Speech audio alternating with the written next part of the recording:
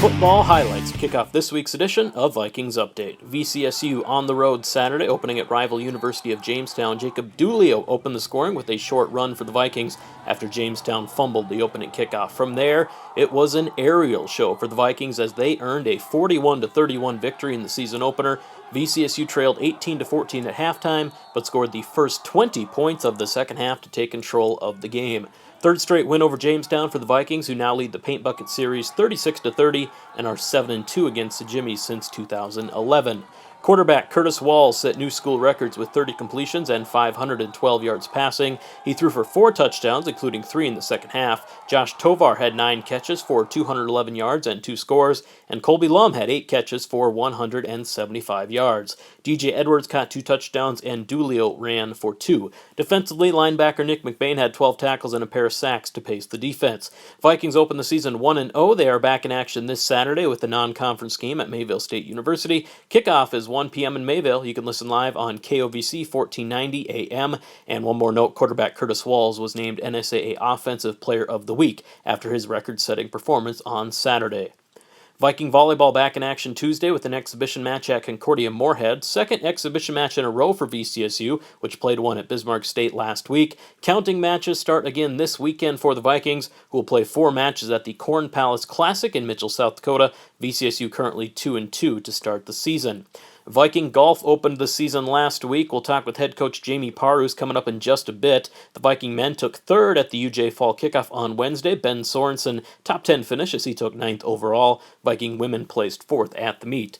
The Vikings, though, just wrapped up the Bismarck State Invite on Monday, and it was a really good showing for VCSU, which had 6 players finish in the top 10.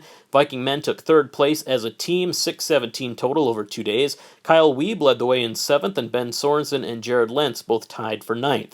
Nicole Heinitz had a strong weekend for the women, placing 2nd overall at the tournament. Hannah Gress was 5th, and Nicole Mossman took 6th to round out a good tournament for the Vikings. Viking golf back in action September 13th and 14th at the Dickinson State Invite. Joined on the update this week by head golf coach Jamie Paurus. Coach, 2 tournaments under your belt now. Noticeable improvements in each. We'll start with the men. 3 top 10 finishers this week. Talk a little bit about the improvements you're seeing there in the play of your guys. Yeah, we've only been practicing here a couple weeks. So first tournament, we'd struggle a little bit, but came through the second one. We had, like you mentioned, the 3 top 10 finishers. We had a couple new guys to the team. We have transfer Tyler Bockel. He originally was at a different college and from Detroit Lakes, Minnesota. And then we have a freshman, Jared Lentz, who came in and played very well his first meet. And looks like he's going to be a great asset to us and hopefully continually to improve as the season goes on, especially within about a month here. We have our qualifier for our athletic conference, so hopefully by then we're in top form. On the women's side, Nicole Heinitz with a 2nd place finish this weekend out in Bismarck. Talk about her play, the improvement you're seeing there, and the improvement as a whole on the women's side. Yeah, really what we're looking at is consistency there and continually to improve from last year. They're all freshmen. This year they're all sophomores. We have 2 new freshmen as well.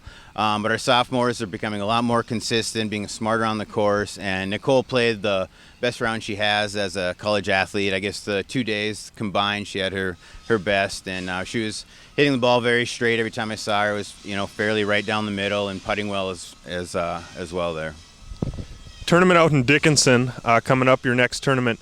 Talk about the anticipation you have for that tournament as far as your team's starting to play better and what you hope to see as you go out to Dickinson. Yeah, Dickinson, we're going to look. I think we should finish very strong out there. Last year was the first time we've gone out there in about 4 years due to weather and so forth. So, I think we'll do both on the men's and women's side. I think we'll have very good finishers both as a team and individuals out there. Coach, thanks for your time as always. All right, thank you.